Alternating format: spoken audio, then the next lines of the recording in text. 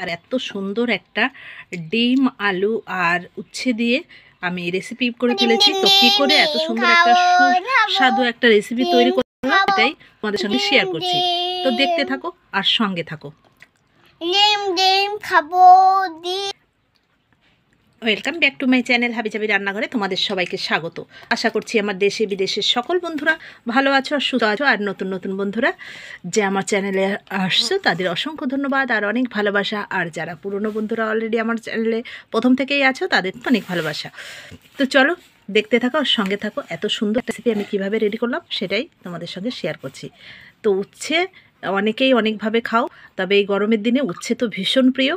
তো আমার মতো এইভাবে কেউ কখনো খেয়েছো কি না অবশ্যই কমেন্ট করে জানিও। আর যদি ভালো লাগে থাকা তাহলে লাইক কমেন্ট আর শেয়ার করার অনুরোধ রইল।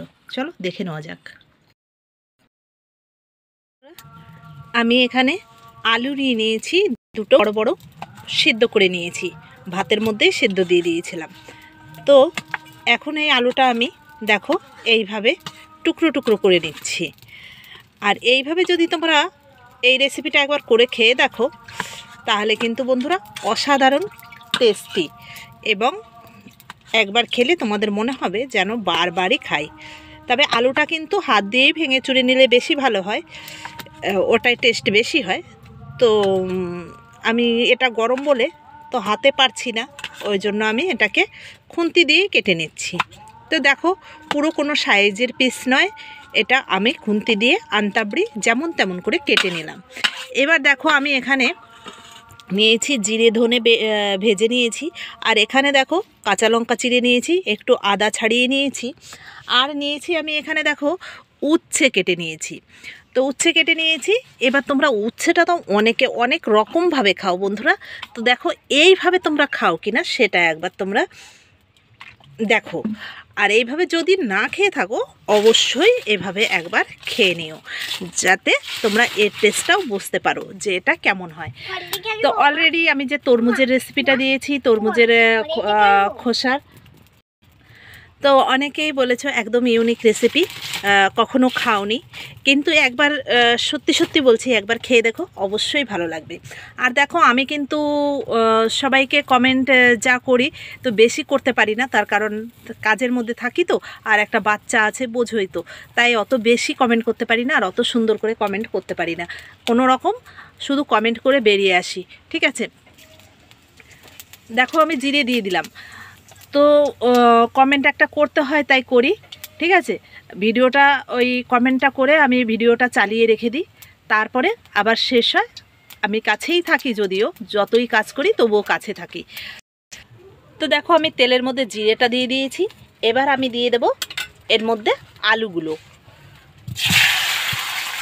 আলুগুলো আমি ভালো করে একটু ভেজে নেব। দেখো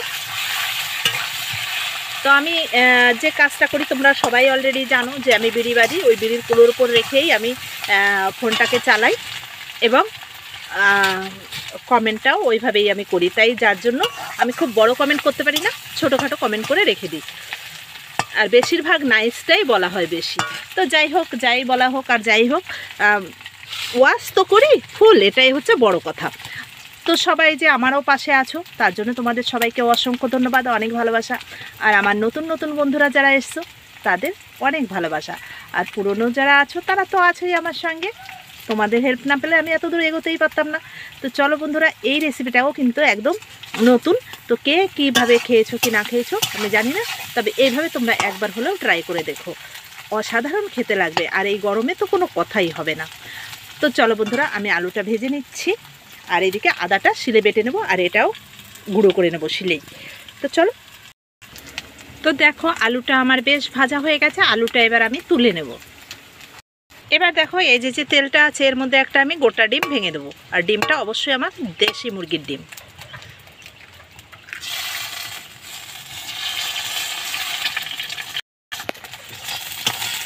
ডিমটা আমি ঝুড়ো ঝুড়ো করে নিলাম, সামান্য আর একটু তেল দিয়ে দিলাম, দিয়ে ভালো করে ভেজে নিলাম। দেখো ভালো করে ভাজা হয়ে গেছে। এই মুহূর্তে আমি যে আদাটুকু থেতো করে নিয়েছি আদাটা দিয়ে দিলাম, আদাটা দিয়েও আমি একটু ভেজে নিলাম। আর দেখো এখন লঙ্কাটা আর টমেটোটা দিয়ে দিলাম, এটা দিয়েও আমি একটু ভেজে নেব। সামান্য দেখো সানরাইজের লঙ্কার গুঁড়ো দিয়ে দিলাম, একটু নেড়েচেড়ে এবার আলুটা আমি ঢেলে দিলাম। এবার আমি একে একে নুন হলুদ দিয়ে দেব। দেখো নুন আর হলুদ দিয়ে আমি একটু কষিয়ে নিচ্ছি।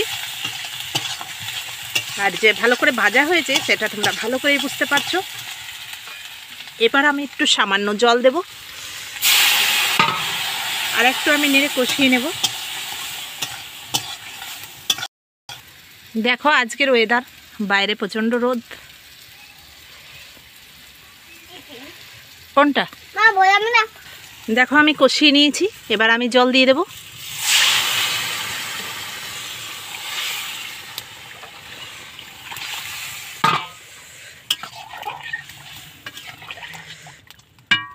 যে যেমন ঝোল রাখবে সে তেমনভাবে, তবে এটা কিন্তু একদম টেলটেলে রাখলে ভালো লাগবে না। এবার আমি ঝোলটাকে ভালো করে ফুটিয়ে নেব। দেখো আমার বাবু কি খাচ্ছে, এই দেখো দেখাচ্ছে তোমাদের, এই দেখো উচ্ছে ভাজা আর আলু ভাজা বাবু বসে বসে খাচ্ছে, আর আমি রান্না করছি। তো বন্ধুরা ঝোলটা আমার অলরেডি ফুটতে শুরু করে দিয়েছে। এই সময় আমি উচ্ছেটা দিয়ে দেবো।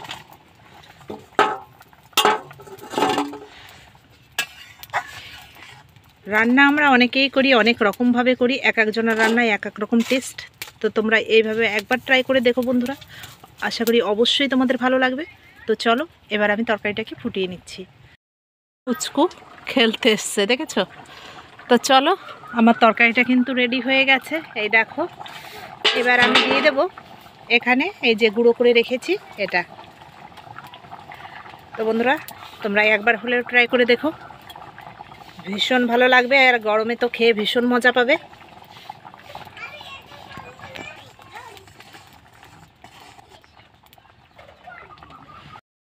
দেখো এরকম হয়েছে। এবার চলো গরম গরম ভাতে খেয়ে নেওয়া যাক, দারুণ মজা পাবে কিন্তু অনেকদিন পরে।